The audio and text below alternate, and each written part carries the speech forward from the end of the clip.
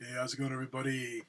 The pickups video for you guys. This time, pretty much all retro stuff from the 70s and 80s, and then newest being from the 90s. Anyways, the really new item that I picked up a few days ago, Walmart, which is the little QBert game. I'm going to show that last so I can show it off good. Really friggin' cool, man. I'm definitely going to pick up the other one for Centipede now that I've got this. It's just really cool that they can do this now. So, start out with the oldest item here. I got this at Goodwill for 50 cents. Found an original 1977 Star Wars puzzle of R2 and C-3PO there. 140 piece, and it's all complete. I put this together last week. And I'm thinking they made these prior to when the first Star Wars movie came out back in 77. As they have the names for the two characters mispronounced. They're calling R2D2 ARTOO/DETOO, and C3PO the word C / the word 3 and then PIO. Show you there. Say totally mispronounced. Otherwise, not in bad shape at all.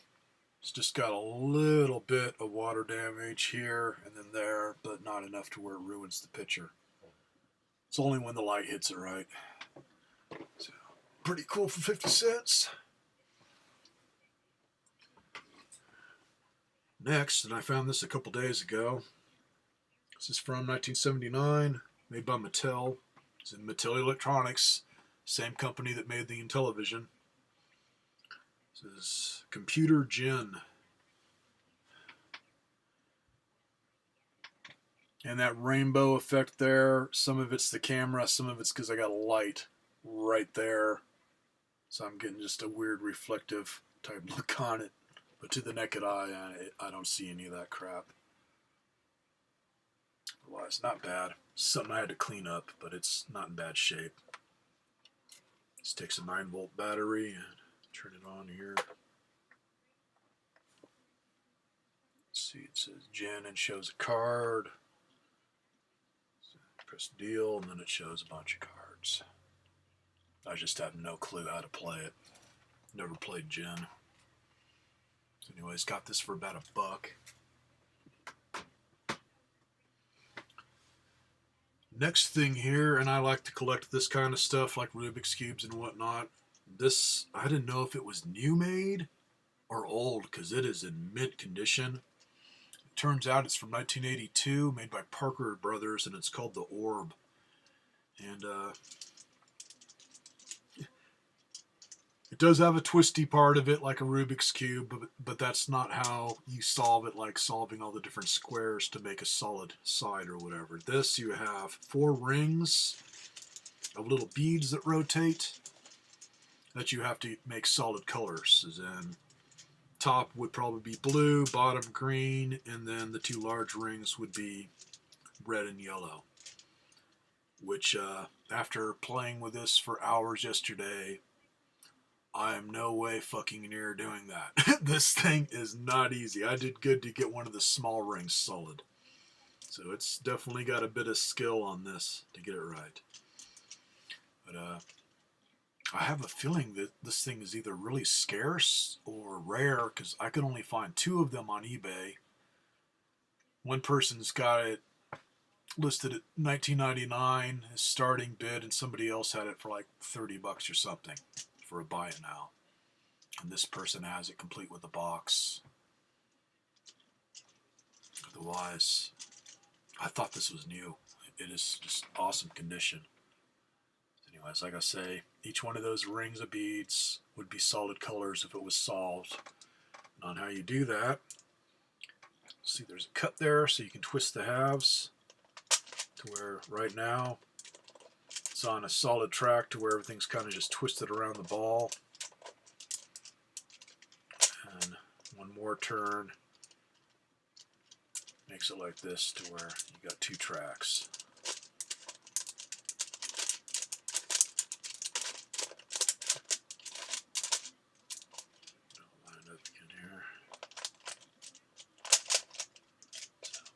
pretty friggin' cool.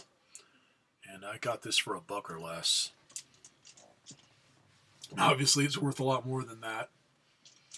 And man, it wasn't easy to find it other than just finding pictures of it.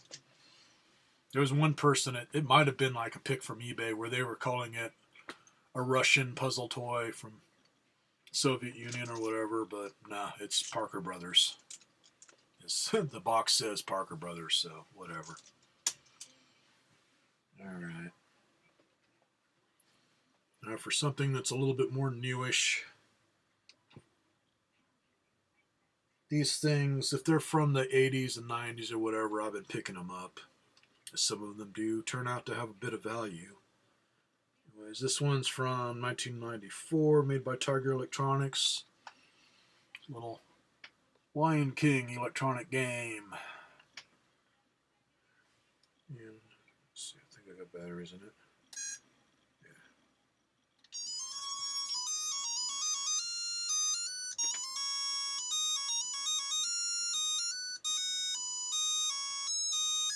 Shows them running there, and I guess you're supposed to dodge the guys that are chasing you.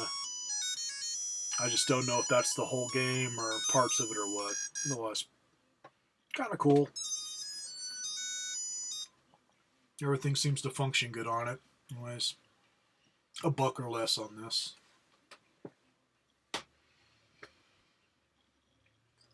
Now, for something that's definitely worth more than $1 or less. If only they had all the stuff that goes with this. That would have been a cool day. As whoever had this took damn good care of it. And I have never seen the computer other than online that this goes with. Anyways, so Timex Sinclair 2020 dataset recorder for a Sinclair computer. And just excellent condition.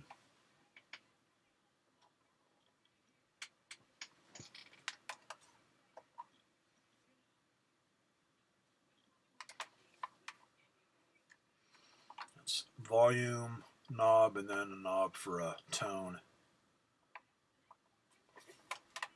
And then the way this hooks up, which I'm thinking that's what gives this some rarity. You hook it up through the microphone jack and the earphone jack. Hence, you didn't have to have this to play your tapes on that specific computer. You can use any kind of tape recorder as long as it has those two jacks and you know what volume level to have it at. So this wasn't really necessary. Hence, I had a hard time finding one. I could not find any of these for sale on eBay the last time I looked. Hence, if you look now, they may have some because eBay's always changing, but I couldn't find anything other than computer. And they usually just had a regular old tape cassette recorder that they were using. I'm finding one for sale. It was like an eBay site, I guess. There was a guy that was trying to sell one for about $45 or whatever. So, other than it not really being necessary that you had to buy this, just the weight of it, this thing feels like it's made really well. It does work. In fact, it's got a speaker in it so you can do voice recordings or whatever, or play back your data cassettes, which if it's anything like the Commodore or whatever, it'll just sound like an old school modem when you play it back. On music, no, it's not meant for playing music. It sounded like shit, but at least it told me that it works. So anyways, got this for like $2 at Goodwill. I just wish that they had the Sinclair computer with it. Oh well. I keep finding retro stuff, so someday maybe want to turn up. Micah Sinclair computers, any big deal. It was one of those budget ones that was under $100 back in the day, so not the best graphics, but just cool to have in a collection.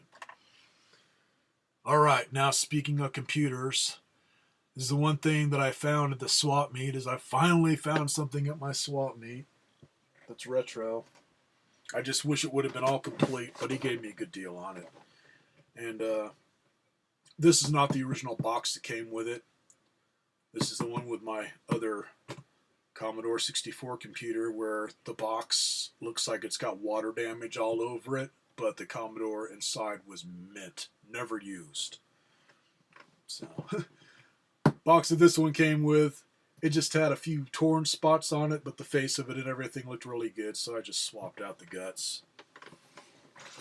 Otherwise, found a Commodore computer, but just the computer. No power supply, no cords of any type, no games, no nothing. Just the computer, but got it for $10. Where I figured for $10, if it fires up, I'm lucky, which it fired up. All the keys seemed to function. I was able to pop in a game cartridge and it played beautifully. I haven't tried hooking up my floppy disk drive to it or anything, but played a game cartridge and everything looked good on screen. Nothing glitching out. So it was taken care of. It's just missing stuff. I don't even have both sides of the styrofoam, man. I figured for $10, if I had to do some work on it, cool enough, I was willing to take the chance. Otherwise, looks nice. There's only one spot which, once I open this thing up, real easy fix. That area above this port just has a little hairline crack through it, which I can glue and make that go away. Otherwise, really good condition.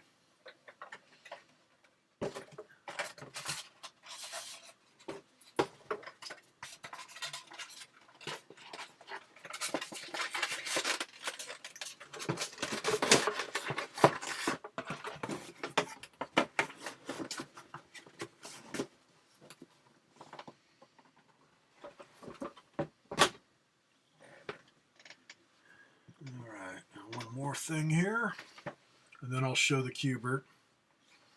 Got this at Goodwill for a couple of bucks. And just the end of it was sticking out of the box, and all I spotted was Kaliko on it. And then I noticed it was a learning type thing. So cool enough. And on the box, more beat up to the back where they've used freaking packaging tape, but the front of it looks good. Anyways, this is a Kaliko talking teacher that has spelling and math. Let's see. Put that damn thing. It's basically their version of this, which this is the speak and read. I had the speak and spell when I was a kid, which is the red one of these. But this is a lot nicer. And I was able to find one of their old commercials here on YouTube. They're literally showing it side by side, so they were competing with the other one. Say, we got it better. Anyways, other than the box being a little beat up, this thing, including the instruction book, are mint condition. This looks like I went back in time and bought it yesterday. It is perfect. Fortunately, I ran out of batteries, so I can't start it up for you, but it works as good as it looks. Say, man, very similar to my speak and read, just sideways instead of long ways like this. And the other one is the other one's LED, so it lights up on the display. This one is a liquid crystal display, like you'd have on a New York calculator or whatever. Otherwise, when I had batteries, the voice on it sounds way better. Everything's pronounced better.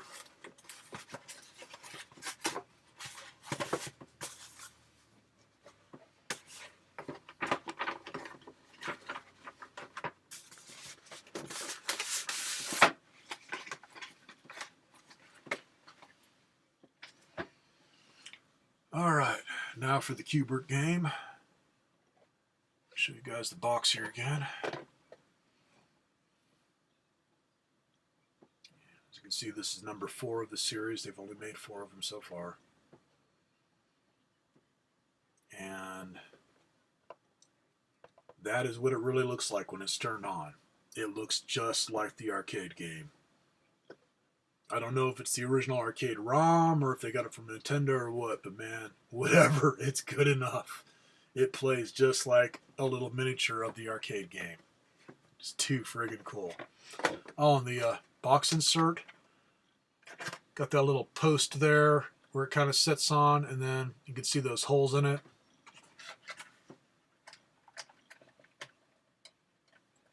Using that, dropping it. It's held in place by these little things where you push it in and then twist it, and then that locks the arcade game into this so you can keep it in the display box.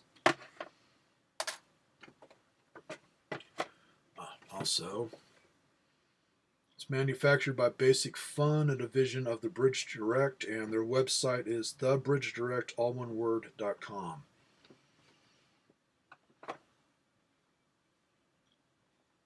And this I do still have batteries in it, so I can just show it to you playing. Hence why I wanted to save it for the last. It's just really cool. It's a good job on all the artwork on making it look authentic. Got almost the right size for my cat if it wants to play a game of QBert. So on buttons, let's see, I'll show you the back here first. Panel for the batteries takes 3 AA batteries, and then that right there above my fingernail is just a little button to where if it freezes up, you can press that, and it's like pulling the batteries and putting them back in. It resets the whole thing.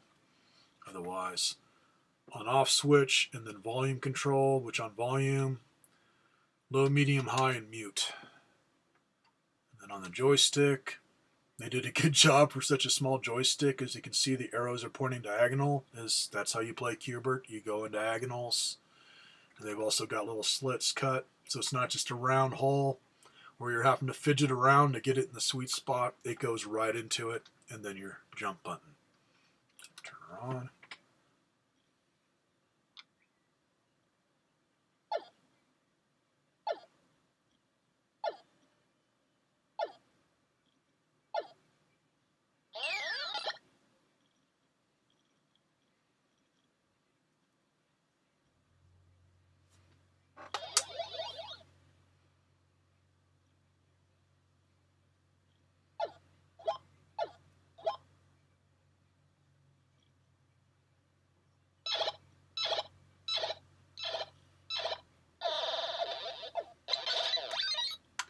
Just really friggin' cool.